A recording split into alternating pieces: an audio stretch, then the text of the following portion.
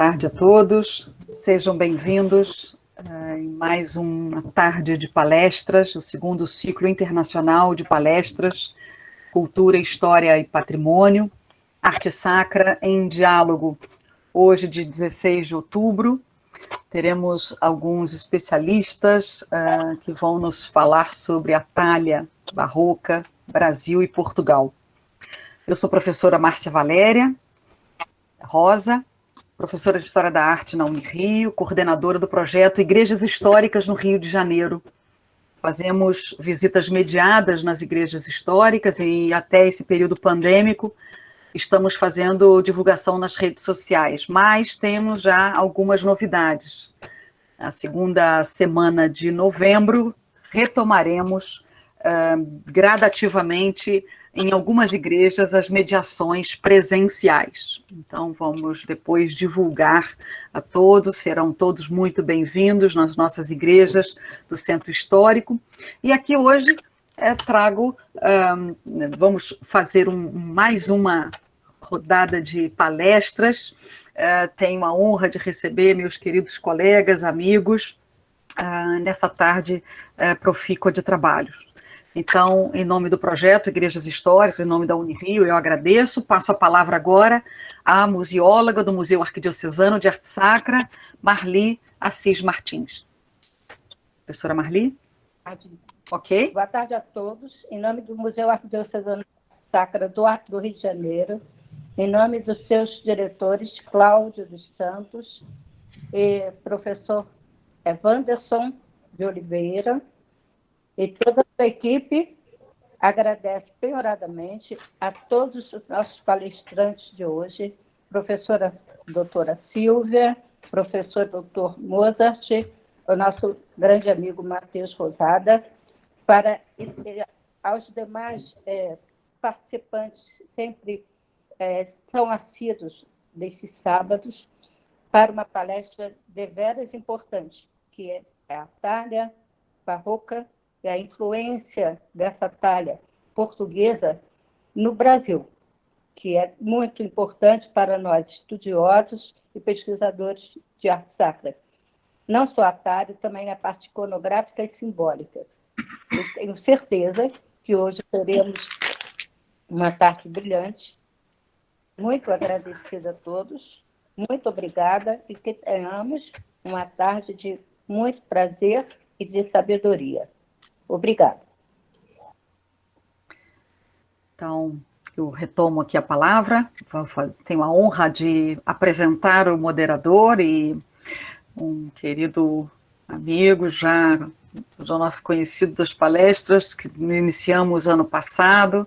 Então, professor Matheus Rosada é doutor em Teoria e História da Arquitetura e do Urbanismo pelo Instituto de Arquitetura e Urbanismo da USP São Paulo, mestre em Teoria e História da Arquitetura e Urbanismo pela Universidade de São Paulo, Escola de Engenharia de São Carlos, em 2010, e graduando em Arquitetura e Urbanismo pela Universidade também de São Paulo, Escola de Engenharia de São Carlos. Atualmente é pesquisador da Universidade de São Paulo, professor adjunto da Universidade Federal de Minas Gerais, atuando principalmente nos seguintes temas: patrimônio ambiental, patrimônio religioso, patrimônio rural, turismo e arquitetura rural. Bom, professor Matheus, com grande alegria recebemos aqui nesse ciclo de palestra. A mesa é sua. Conduza aí os trabalhos. Muito obrigada. Eu que agradeço o convite, porque eu me sinto uma formiguinha aqui com tanta gente importante assistindo e com tanta gente importante apresentando. Vai ser uma tarde bastante profícua, bastante interessante, como a Marli mesmo falou, que a gente vai ter duas pessoas que são muito entendedoras do assunto, da talha, que é uma tradição que vem desde a Península Ibérica para cá, que é uma tradição formada muito antes e que traz uma característica muito peculiar, né, para todos os países também de colonização portuguesa e espanhola nas Américas, que é a talha que depois vai ser trabalhada com douração. E a gente vai, nós vamos ter a presença da professora doutora Silvia Ferreira, de Lisboa, e do professor Mozart Bonazzi da Costa, né, professor da PUC de São Paulo. Agora a gente vai passar, então, para a nossa segunda convidada, nossa atração internacional, a Silvia Ferreira. Vou ler para vocês o currículo aqui da Silvia, que também é bastante extenso, né, que a gente só está no alto nível aqui hoje. Bom, o nível daqui é sempre alto, né, gente? Bom, a Silvia Ferreira é doutora em História na especialidade de Arte, Patrimônio e Restauro pela Faculdade de Letras de Lisboa, com dissertação dedicada ao tema A Talha Barroca em Lisboa, 1670 a 1720, Os Artistas e as Obras, uma publicação de 2009. Atualmente ela é investigadora contratada através da norma transitória, tem um número aqui, DL 57. Não é preciso ler nada disso, Mateus. Ah? Burocracia, não é preciso. Tá. Ela é investigadora contratada da Faculdade de Ciências Sociais e Humanas da Universidade Nova de Lisboa, e ela desenvolve um projeto de investigação dedicado ao tema O Legado de Robert Chester Smith, Novas Perspectivas para a História da Arte em Portugal. Ela não colocou esse livro, eu coloquei aqui, ó. Esse aqui é o livro, um dos livros, né, da Silvia Ferreira, né, A Talha, que também é muito bom, recomendo, tá? O duro é achar no Brasil, né? É difícil, é. Esse projeto que a Silvia está desenvolvendo, ele se centra na sistematização, estudo, divulgação alargada em um contexto multidisciplinar do espólio do historiador de arte norte-americano, o Robert Smith. A Silvia é docente convidada no curso do primeiro ciclo de História da Arte e é membro integrado do Instituto de História da Arte da Faculdade de Ciências Sociais e Humanas da Universidade Nova de Lisboa. Ela também participa assiduamente em congressos, colóquios e outros encontros de caráter científico promovidos no país e no estrangeiro, dos quais tem resultado vários artigos em revistas e capítulos de livros. Eu não peguei aqui o título bonitinho da sua apresentação, Silvia, mas... Eu já vou expor. Não para os coleguinhas brasileiros que ainda não conhecem a Silvia Ferreira, é uma profissional competentíssima e com certeza a fala dela vai ser muito brilhante e elucidativa para a gente. Com você, Silvia. Muito obrigada. Eu até me sinto incomodada com tanto elogio, Mateus. Obrigada pela apresentação. Eu gostaria muito de agradecer este convite da professora Márcia Rosa para participar neste ciclo tão importante de conferências internacionais. Um cumprimento especial e muito agradecido também ao professor Mateus Rezada, que hoje está aqui a moderar este debate, e ao meu colega que hoje falou, o professor Mozart Bonazzi. Queria dizer que gostei muito da sua intervenção, porque realmente nós que estudamos a história da arte, muitas vezes nos escapa a parte técnica e a parte dos materiais, e é essencial que nós consigamos também acompanhar todos esses processos que estão, enfim, no princípio de qualquer obra, para que possamos compreender a obra. E, portanto, eu gostei muito também, eu por vezes, quando falo sobre Talha Dourada, tento sempre dar um bocadinho dessas ideias do que é a questão dos materiais, a questão das ferramentas, os desenhos preparatórios, tudo isso é importantíssimo para depois se compreender melhor a arte da talha.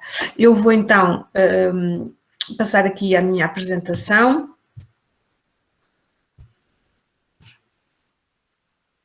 Onde é que ela está? Já cá esteve.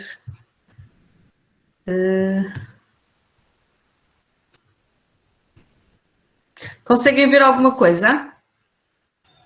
Ainda não, mas demora um pouquinho. Mas eu acho que ela estava por aqui, há pouco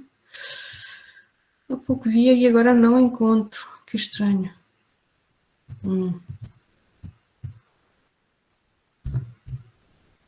Então... Vou aqui ao compartilhar. Não estou habituada com este sistema. Deixa eu ver o que é que ele diz. Share, mas não estou a ver como. Vamos ver. Não. Está abrindo, não é professora. Está abrindo. Mas está Mas abrindo. está a mostrar outra coisa. Ah, Ok, não é isto. Peço desculpa, há bocado. Faz Mas parte. Ai, eu com estas coisas. tranquilo, professora, imagina. Eu já tinha aqui há pouco a experiência sim. aberta. É apresentar uma janela, né? Eu fiz No isso. ecrã. Não sei como que está aí. hum,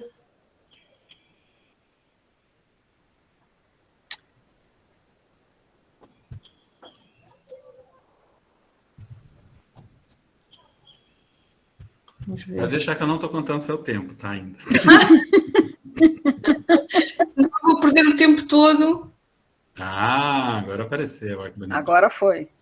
Sim? Sim, só maximizar e Ok. a gente vai contando aqui com os seus conhecimentos.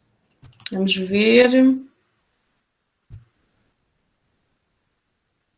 Estou a tentar colocá-la. É só clicar no F5. F5? Isso. Mas ele não aparece. Não estão a conseguir ver nada, pois não? Professora, na barra inferior, onde tem uma régua. É o primeiro símbolo à esquerda dessa À régua. esquerda dessa régua. Tá vendo? Lá na parte inferior da página. Embaixo de nova, parece um cálice. Isso. É uma tela que Preciso. tem aí, Que é à justamente esquerda do zero da porcentagem. Mas aqui diz parar de apresentar. Mas Não. clique aí onde tem a tela. Parece uma tela antiga. No próprio computador, embaixo da imagem lá nova, Na vertical, a palavra exatamente nova, isso. tem um ícone que parece um copo, um cálice. É só clicar em cima dele. Isso, uma vez só. Mas não me aparece. Mas no seu computador. Eu sei no qual seu é, monitor, Ele está-me aqui a mostrar uma tela. Eu vou ter que sair só um bocadinho, desculpem.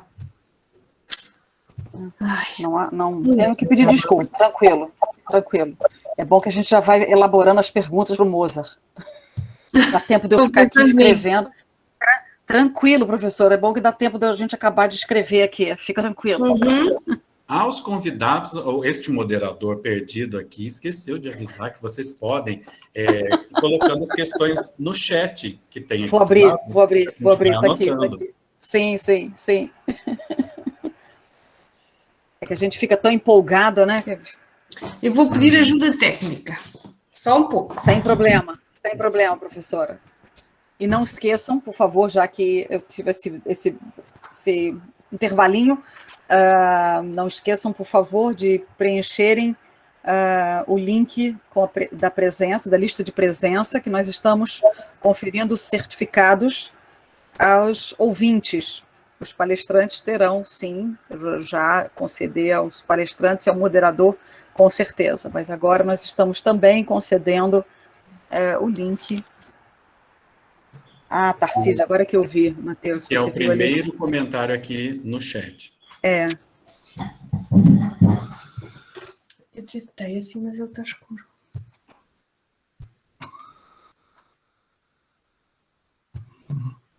Esta? Uhum.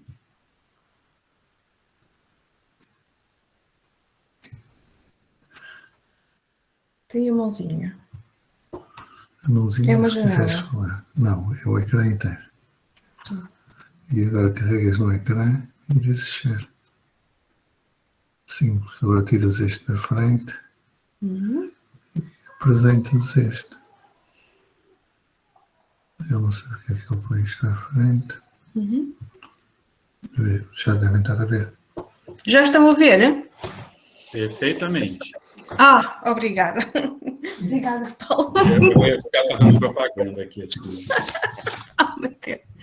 Peço muita desculpa, mas realmente Um de cada estas lado. coisas às vezes escapam-me e depois há tantas formas de o fazer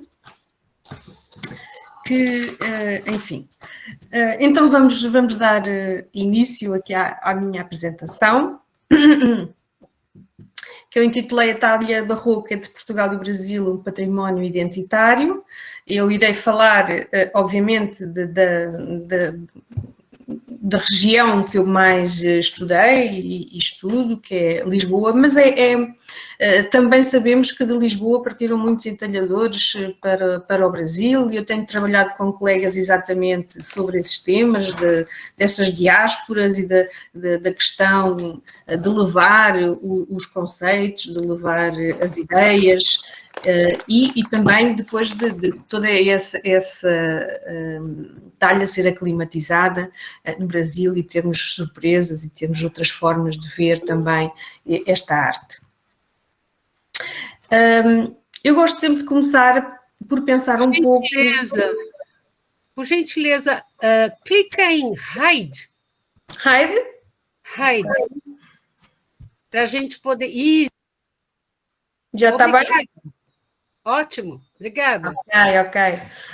Gosto sempre de pensar um bocadinho quais são os principais fatores que contribuíram para o desenvolvimento da talha barroca em Portugal. E não podemos esquecer que terá sido no reinado de Dom João IV, com a afirmação da independência, digamos assim, face à Espanha, que a talha barroca se irá desenvolver e irá consolidar-se, digamos assim. E, portanto, também entra neste aspecto do revigoramento de um sentimento lusitano, em que agora somos nós que vamos produzir este tipo de arte, somos nós que estamos habilitados, e começar, digamos assim, alargar o estilo que figurava na altura com os Filipes, e que era um estilo, enfim, ainda maneirista, não é? Portanto, esta passagem que se dá para a talha barroca é exatamente e ainda durante o reinado de Dom Pedro IV, quando se começa a rejeitar de alguma forma a estilística que tinha sido contemplada durante o domínio filipino. Depois temos algo que nunca nos podemos esquecer, que são as diretrizes do Concílio de Trento, que tiveram um grande eco em Portugal, que foram logo, desde o início, impostas logo pelo rei Dom Sebastião, e essas diretrizes são muito importantes até para a formulação da forma retabular. Isto porque vamos ter a confirmação realmente da forma do papel dos santos. Os santos vão estar cada vez mais presentes, eles já estavam, mas agora com uma forma muito afirmativa dentro das igrejas e nos retábulos. Não nos esqueçamos que um retábulo é também ele construído para guardar as figuras dos santos, não é? Do culto católico. E, para além disso, o reforço da Imaculada Conceição de Maria. Nós vamos ter também aqui em Portugal e no Brasil uma grande proliferação de escultura mariana, e que vem destornar outro tipo de devoções, nomeadamente de santos, e, portanto, esse culto mariano é também muito importante para o próprio desenvolvimento estilístico dos retábulos. E outra coisa também é o dogma da presença efetiva do corpo e do sangue de Cristo na Eucaristia, que vai estimular a execução dos retábulos, digamos assim, eucarísticos, com os tronos, ou os altares mores, para se poder expor em glória a presença efetiva de Cristo, portanto, na hóstia consagrada. E estas várias nuances que se dão historicamente, temos sempre de as ter em conta, porque elas no seu conjunto acabam por influenciar, e são elas que compreendidas nos dão a grande dimensão do que é depois a nossa talha barroca, e vão realmente influenciar a forma dos retábulos. Depois temos as constituições sinodais, no fundo, que eram constituições escritas para as determinadas dioceses, e que nelas os religiosos que as redigiam davam indicações muito precisas para as suas dioceses, como se deveria, por exemplo, aqui no caso da arte, como se deveria expor os santos, qual era a hierarquia das imagens dentro da própria igreja e mesmo no próprio retábulo. E depois temos também algo muito importante, que é a própria convivência das nossas artes em Portugal, as nossas artes, digamos, nacionais, e a importação de objetos que vinham, nomeadamente de França e de Itália, isto já no reinado de Dom João V, onde havia abundância monetária para o fazer. E, portanto, essas influências também são muito importantes. Os estrangeiros, os artistas que vêm para cá, especialmente para Lisboa, e também a grande divulgação que nós conhecemos sobre os tratados de arte e os álbuns de ornamentação, e que o colega Mozart já falou anteriormente, nesta questão dos tratados e das gravuras e da ornamentação que nos chegava através de álbuns de ornamentistas.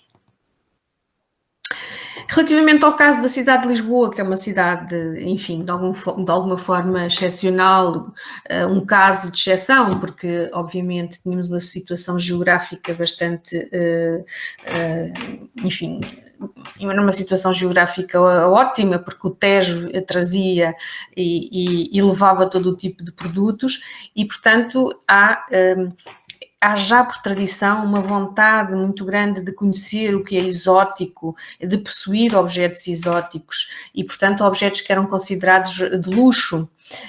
E Lisboa era realmente uma capital do reino culturalmente rica, com muita gente de muitas e variadas proveniências, e muito habituada também já a conviver com tudo o que era diferente.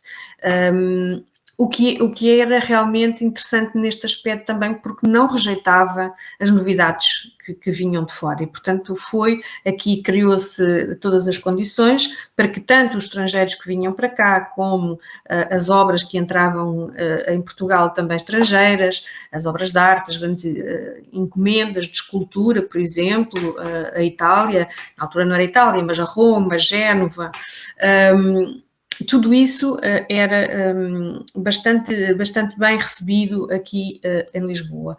E depois, obviamente, que Lisboa tinha esta centralidade, era aqui que residia a corte, não era? Era onde os nobres tinham os seus grandes palácios, que construíam em lugares estratégicos da cidade.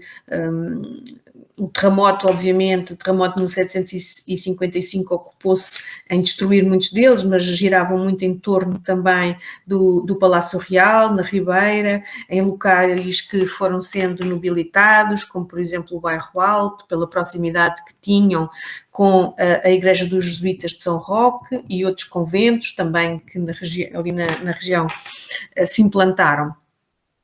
E, portanto, era uma cidade também já predisposta a todo este fausto, e era também um fausto que saía para a rua. Portanto, nós tínhamos também variadas procissões. Diariamente havia procissões em agradecimentos, procissões pelo dia de cada santo, qualquer festividade do calendário litúrgico, e, portanto, era uma cidade cheia desses contrastes. E realmente todas estas manifestações eram manifestações também de riqueza, ou de possibilidade de demonstração de riqueza, quer pela parte das ordens religiosas, quer pela parte exatamente do rei, da corte, e todos os grandes acontecimentos também se passavam muito na rua, e portanto a população nesta época participava ativamente na ajuda à constituição das procissões, nos lavores, nos têxteis, tudo o que era, digamos assim, a componente que poderia ser feita também pela população, ela era também neste aspecto, ela participava. Eu trago aqui um gráfico, não é para nós, enfim, estarmos muito detidos naquilo que ele realmente aqui nos traz, quais são as freguesias, não me interessa tanto aqui, nesta nossa sessão, pensar muito bem nas freguesias.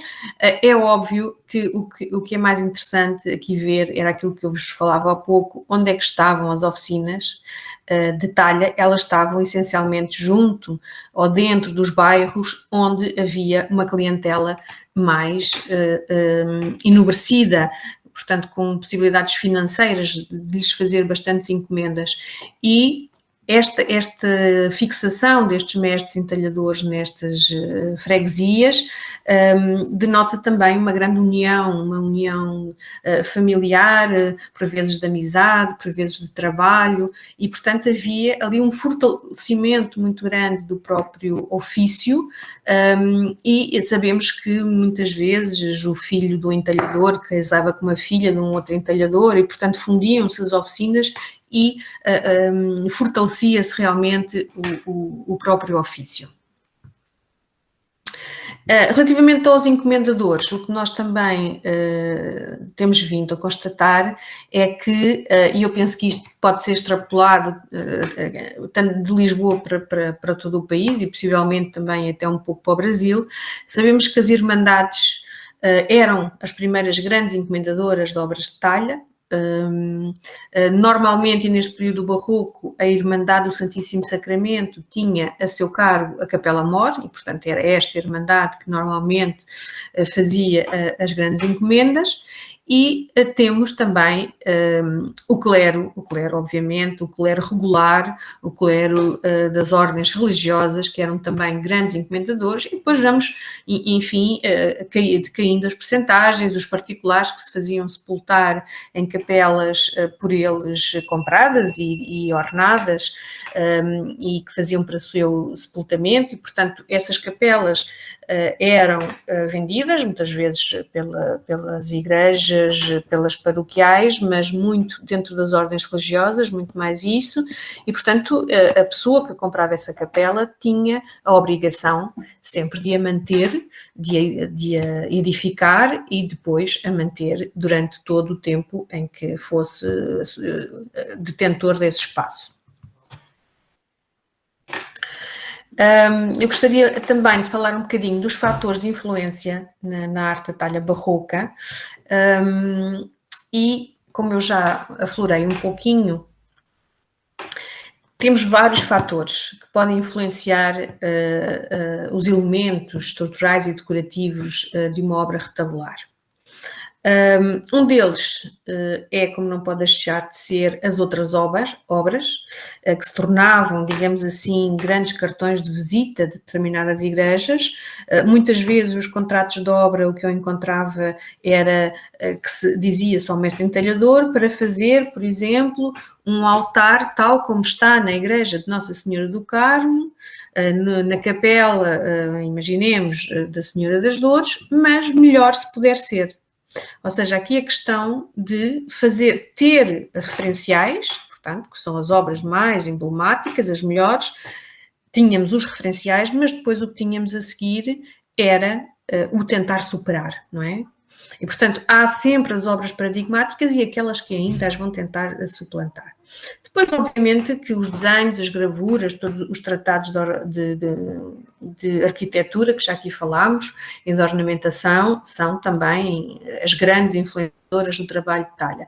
Posto, não pode deixar de ser mencionado por alguns artistas estrangeiros que vieram efetivamente trabalhar em Portugal e que cá se fixaram, nomeadamente em Lisboa. Temos alguns casos de estrangeiros e que depois até ficaram por cá. E também as diretrizes artísticas que nos vêm dos objetos importados, como eu disse há pouco, maioritariamente de Roma e de França.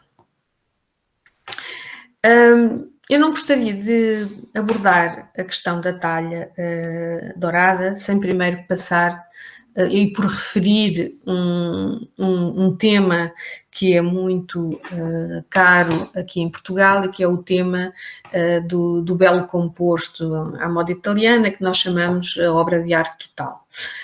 Uma igreja normalmente teria, para ser considerada uma igreja barroca de arte total, contava com vários elementos, com várias artes no seu espaço.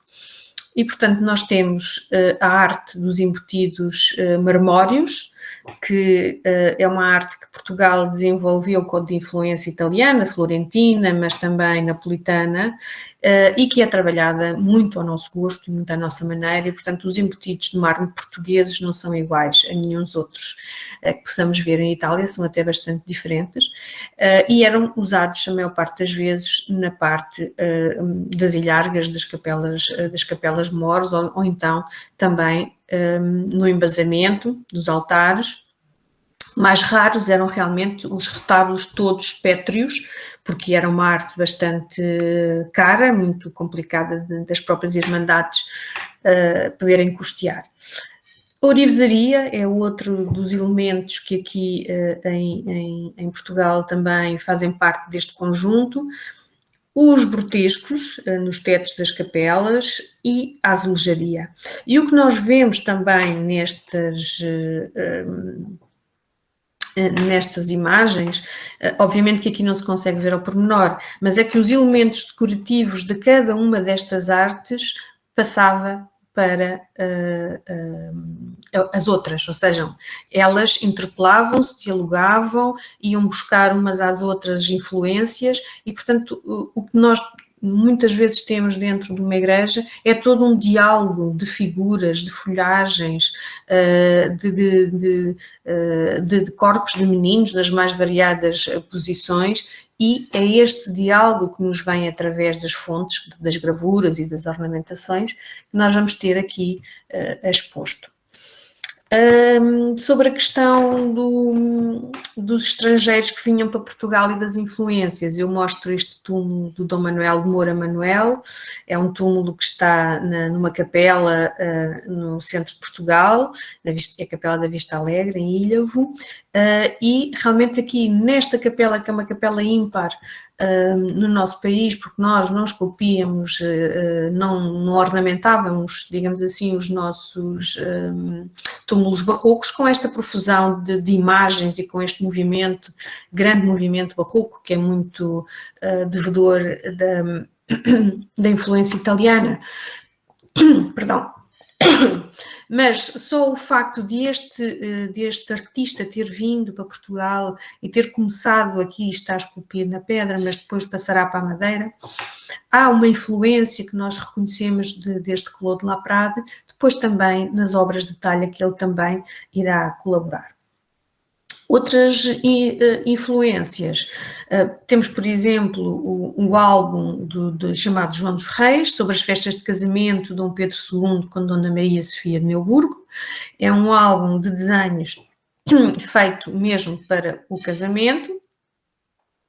E temos também, por exemplo, dentro desse álbum, os vários arcos triunfais que foram erigidos na cidade de Lisboa para essa ocasião, e como nós podemos ver, estes arcos triunfais começam também já a trazer em si mesmos esses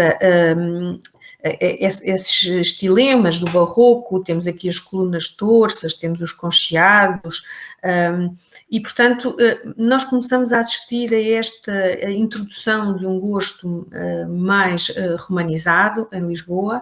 Eu trouxe aqui também esta imagem do catafalco das exéquias fúnebres de Dom Pedro II, da Igreja de Santo António dos Portugueses.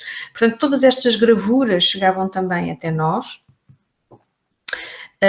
Esta muito interessante, que também é um desenho do João Nunes Tinoco, que foi um arquiteto português do reinado de Dom Pedro II. Nas festas do casamento ele desenha, por exemplo, este golfinho que está a ser cavalgado por uma sereia, ou então este outro desenho que é um carro de Neptuno, como podem ver. Neptuno está sentado na traseira do carro, está sentado sobre um búzio, parece uma concha, tem um tridente, vão as sereias também no próprio carro, e é todo um imaginário fantástico que também de alguma forma é transposto para a própria talha dourada. Aqui trazendo uns desenhos mais concretos, ou uns exemplos mais concretos, aquela imagem que eu vos mostrei há pouco aqui da sereia com o seu golfinho. Temos um exemplo muito concreto de imagens de sereias, aqui nas mislas de um altar que existe em Bucelas, portanto aqui nos arredores de Lisboa, e podem ver bem como ela está, tal como na imagem, com os seios desnudos, com o corpo a terminar em folhagem. Elas aqui têm alguma folhagem de acanto, mas depois vê-se bastante bem os rabinhos de sereia que saem ali por entre a folhagem.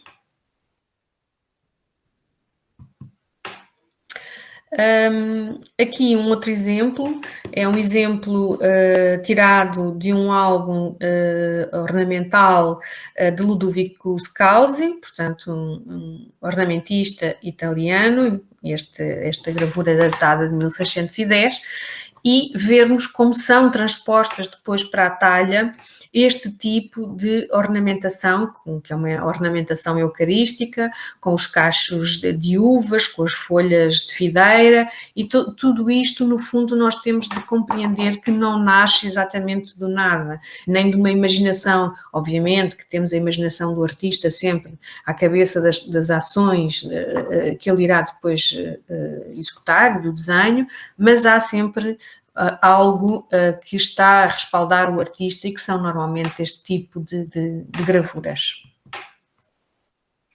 Este outro exemplo é um exemplo aqui de motivos florais, que nós também encontramos muito na nossa talha. Neste caso temos aqui estas flores que parece que transbordam com outras flores, e, por exemplo, temos uma coisa muito semelhante no retábulo-mor da Igreja Matriz da Azambuja, também aqui nos arredores de Lisboa, onde vemos que é óbvio que há esta inspiração nas gravuras. Estes frisos são uns frisos de Jacques Stella, que é um ornamentista francês.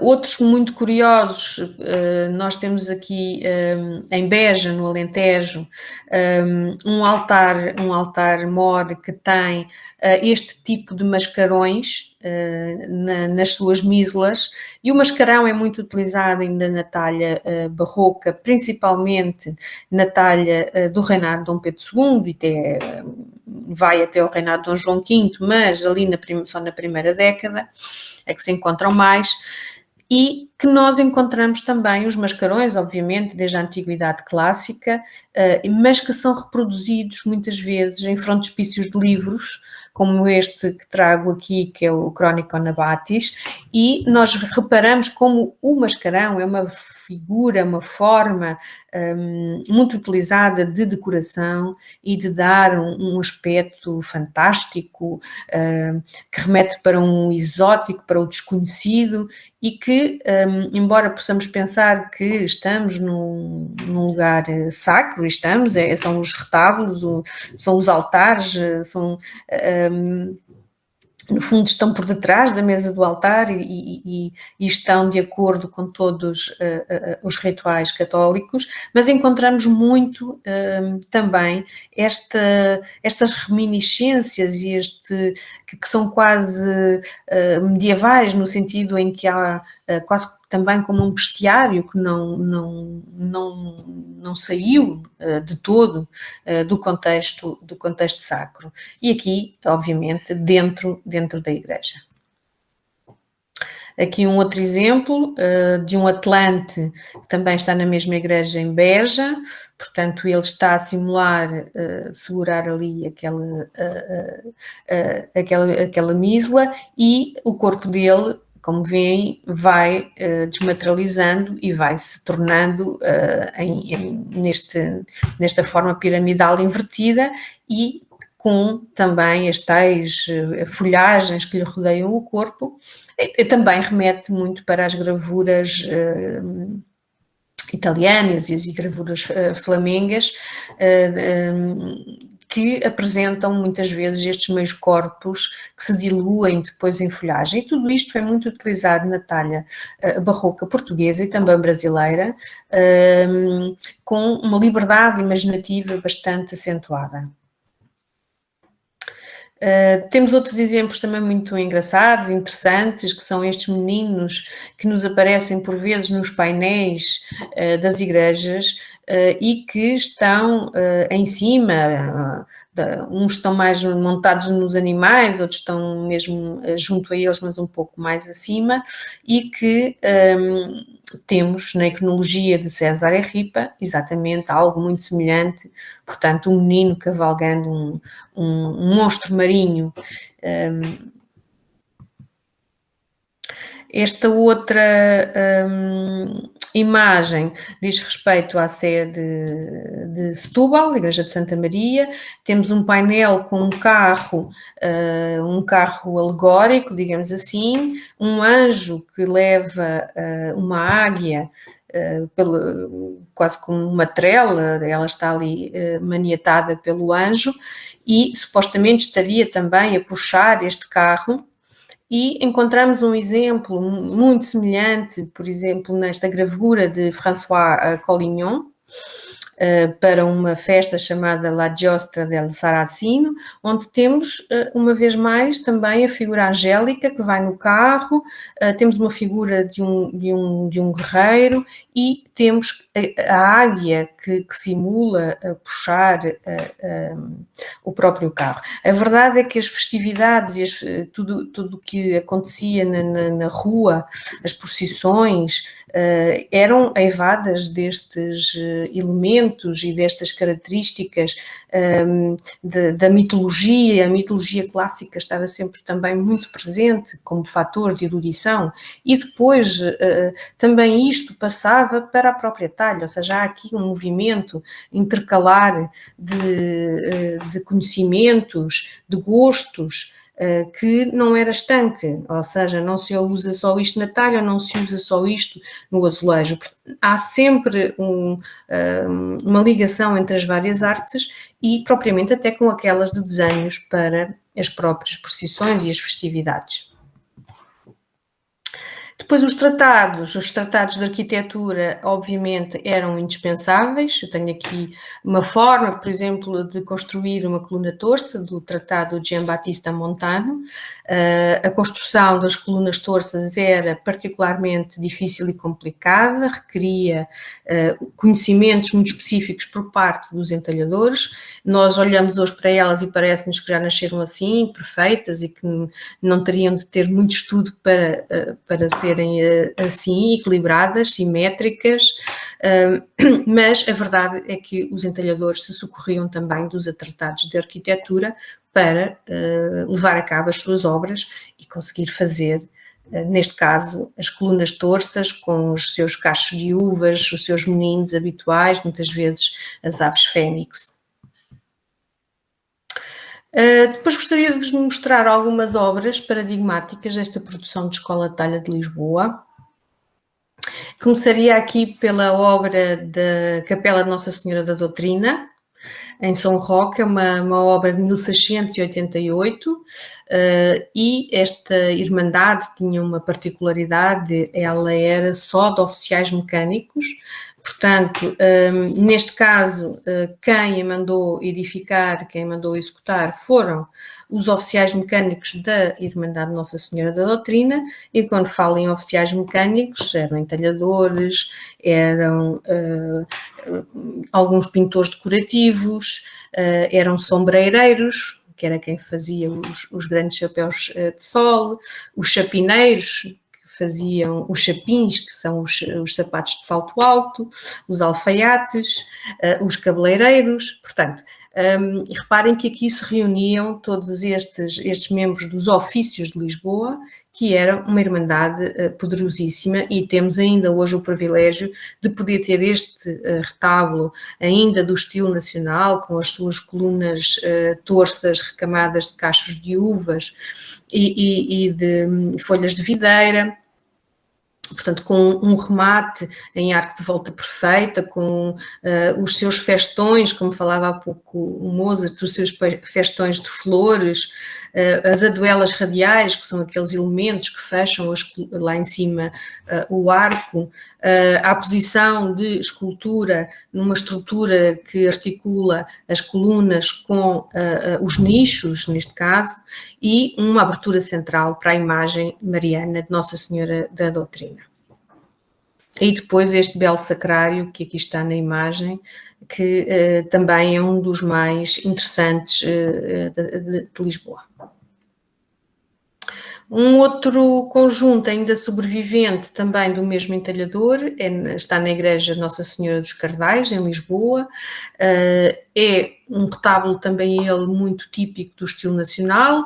Aqui articula 3 pares de colunas torsas, o que não é muito comum. O mais normal é nós termos a dupla coluna torsa de cada lado, mas no mais é um retábulo muito consistente com o que se fazia na altura, a finais do século XVII em Portugal e em Lisboa.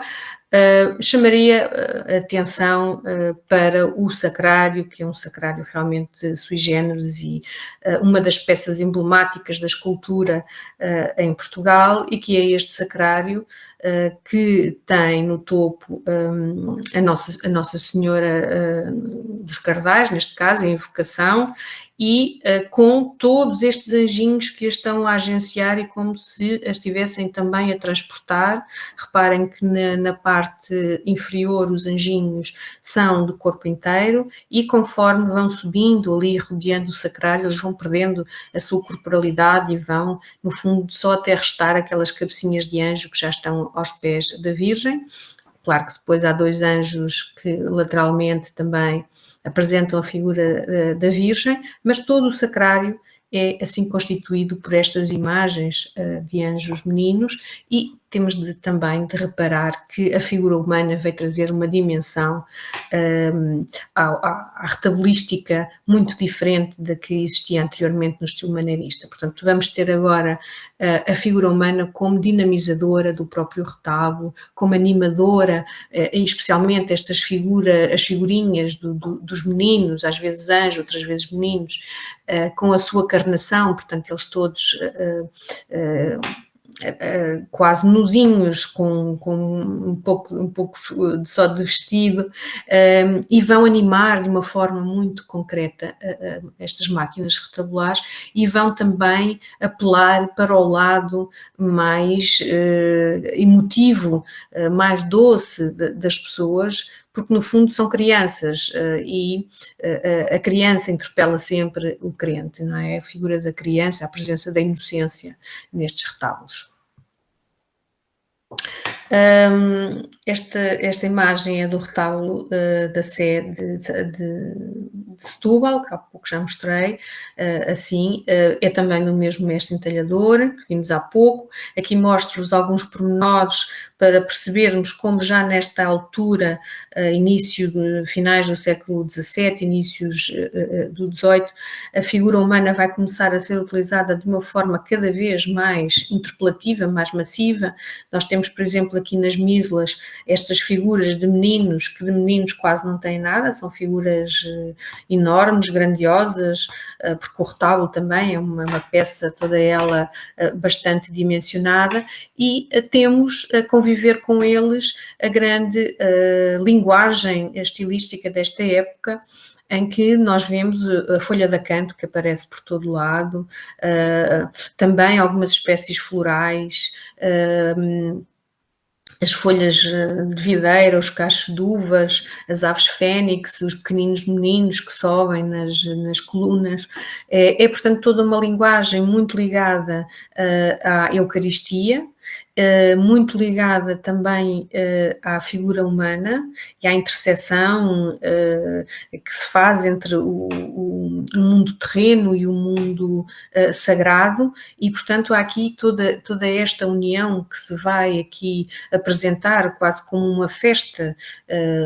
Portanto, toda a parte inferior deste retábulo é povoado por esculturas, e dá-se aqui esta festa barroca, digamos assim, e esta proximidade que tende a haver cada vez mais com o espectador, com o observador. É quase como criar um palco, criar uma boca de tribuna, não é? Uma tribuna é realmente aquilo que também nós temos no teatro. E, portanto, toda esta questão vai sendo cada vez mais aprofundada. Este é um outro retábulo de 1703, que há pouco vos mostrei um pormenor ali dos Atlantes. Ele está em Beja e tem aqui realmente todos os ingredientes da talha, do estilo nacional. Cá estão, uma vez mais, a escultura de vulto, de vulto perfeito, perdão, e os mascarões. Há pouco mostrei-vos um deles, este é o outro, portanto aqui, e a força que esta própria peça emana, toda ela bastante pesada, impositiva, luxuosa. É um dos poucos retábulos que ainda contém ou ainda demonstra uma charola, que é aquela construção ali no centro da tribuna, que depois levaria no trono também, portanto, uma custódia para a exposição do Santíssimo. E é toda esta grande festa barroca, digamos assim, que se passa aqui em finais do XVII e princípios do século XVIII, que é como uma apoteose que vai surgindo e que vai, no fundo, pululando por todas as igrejas em Portugal. Passa-se algo muito diferente já quando chegamos aos anos 1715, 1720, 25. Começamos a ter uma mudança estilística na nossa talha desse período. Licença, Silvia. Sim? É só para te avisar, como você pediu também, que faltam, você tem mais 15 minutos. Obrigada, Mateus, obrigada. Vou acelerar. E temos esta talha, enfim, também toda ela já a querer respirar um ar diferente. Portanto, nós temos aqui no topo dos retábulos, já não temos as colunas torças, reparem, a fechar os retábulos, mas temos antes a colocação de grandes figuras de vulto e de simbologia. Por exemplo, aqui nesta temos o pelicano que simula picar o peito para dar comida aos próprios filhos, e que sabemos que é uma simbologia relacionada com Cristo. E as figuras de Atlantes começam a ser realmente figuras de homens, figuras masculinas. Aqui só para verem um pormenor destas ilhargas também. Normalmente a Capela Mor era sempre feita com um acompanhamento de umas molduras com pintura também alusiva ao tema da Capela Mor. Este é São Miguel de Alfama, de um dos entalhadores que depois foi para o Brasil e é o responsável por grande parte da talha da Igreja da Penitência do Rio de Janeiro, que falávamos já há pouco aqui entre nós. Aqui temos talha do Manuel de Brito. Este é também um dos exemplares que ainda subsistem em Lisboa, uma obra de 1719. Como começam a ver, já tudo está a fluir com outros contornos. Começam a aparecer muito mais nas colunas os motivos vegetalistas, começam a proliferar as flores e começa a desaparecer a carga simbólica, grande parte da carga simbólica digamos assim, no estilo nacional. Depois, realmente, o retábulo que ainda em Lisboa rompe com todas as antigas tipologias, digamos, é o retábulo da Igreja dos Paulistas, Santa Catarina, em Lisboa. E, portanto, temos aqui já as colunas com o terço inferior estriado, à semelhança de Bernini, no Vaticano. Depois as colunas já só têm flores, já desapareceu toda aquela panóplia de uvas e de meninos. O remate é plenamente assumido com escultura de vulto e os Atlantes são já evoluídos para figuras masculinas. Aqui alguns detalhes desta capela. que é, como eu digo, um dos exemplares mais consistentes. Aqui temos o coro alto, já de uma época mais tardia, mas isto para também dizer que nunca se parava de ornamentar e de prosseguir. Este outro também muito interessante, de 1730, é um retábulo que está em Bucelas, portanto é aqui nos arredores de Lisboa, um retábulo plenamente joanino. Eu trouxe aqui alguns pormenores, portanto é este que tem as sereias, tem no seu remate estas grandes figuras de anjos com a coroa de Mariana, portanto Nossa Senhora. Aqui é o sacrário que eu trouxe de imagem inicial. Aqui as colunas também com os 4 evangelistas, com os seus atributos, o que é muito raro aparecer nas colunas dos retábulos, mas aqui eles estão. Depois uma outra obra também interessante dos arredores de Lisboa, que é a Igreja de Santa Maria de Lourdes, obra matriz, que tem um sacrário esférico bastante incomum no nosso mundo português, da talha. Aparecem alguns, nomeadamente este é talvez dos mais imponentes que existem. E aqui algumas imagens também desta igreja, com os seus atlantes, uma vez mais, que foram realmente o apanágio desta escultura. E agora só aqui para terminar, mostrar-vos alguns exemplos de talha deslocada, talha desaparecida, talha remontada, e aqui eu vou buscar a comunicação, a ideia de comunicação que fiz uma vez com o Mateus sobre isso. O Museu Nacional de Arte Antiga foi quem chamou a si a responsabilidade de ficar com grande parte de talha que foi aproveitada dos mosteiros portugueses depois da extinção, de 1834. Portanto, extintos os museus, ficava todo aquele espólio, todo aquele património, que muito dele foi leiloado, como sabemos, mas o outro foi escolhido para ficar nos museus nacionais, e temos aqui estas imagens antigas. Havia uma sala só dedicada à talha, hoje já não, no Museu Nacional de Arte Antiga, e depois outras imagens que são peças de talha avulsas que estavam guardadas nos armazéns e que com essas peças avulsas foram recriados outros altares. Portanto, há algo que é, eu costumo dizer que engana o olho do observador, e que são estas composições, que são feitas, obviamente, todas já no século XX, e que são feitas com pedaços, e, portanto, não podemos aqui atribuir estilos. Temos aqui retábulos híbridos e que têm de ser estudados sempre com muito cuidado, para se perceber que realmente eles não são peças que inauguram nenhum estilo, não são peças singulares que naquele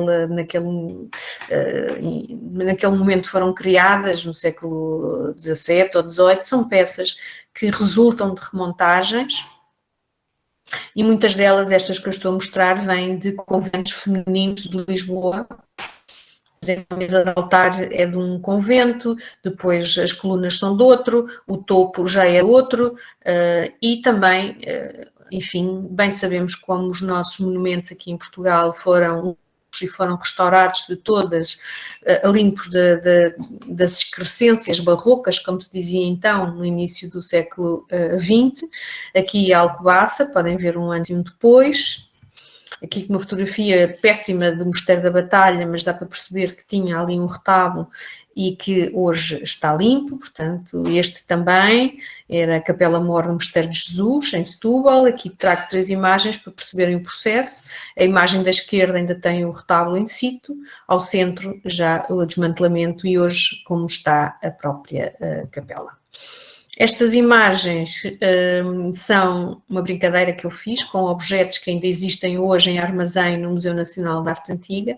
Como podem ver, há espelhos, há molduras, há pequenos oratórios, há painéis. Isto é só uma amostragem muito pequenina que fiz, e portanto ainda existe todo este espólio armazenado no Museu Português.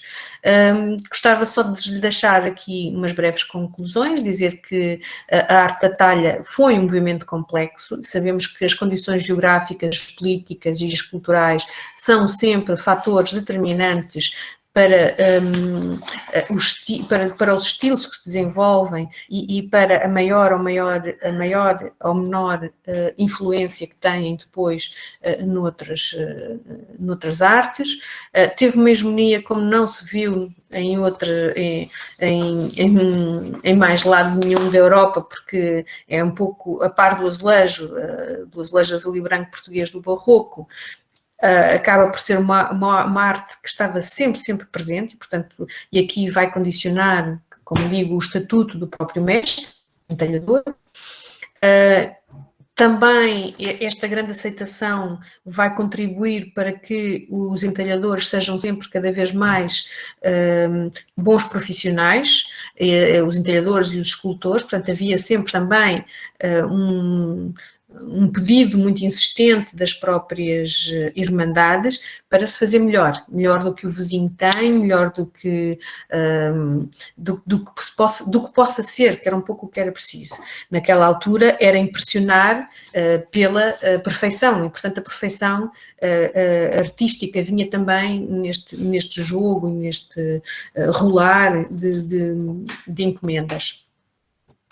E tem um caráter muito próprio, como nós costumamos dizer aqui em Portugal, que é aliar o caráter muito simples da nossa arquitetura, uma arquitetura chã, como disse o Kubler, que é realmente bastante despojada e bastante simples, com os interiores que depois são realmente absolutamente magníficos, no sentido do luxo que se imprime, do máximo luxo, e que, obviamente, hoje já não o conseguimos ver na sua plenitude, mas como dizia há pouco também o Mozart, que a luz das velas, que bruxuleavam e que davam outra ambiência, tínhamos os têxteis que recobriam também muitos altares na épocas festivas, e portanto todo este ambiente é um ambiente muito próprio que depois que acontece no mundo português, no mundo de influência portuguesa, no Brasil na época colonial,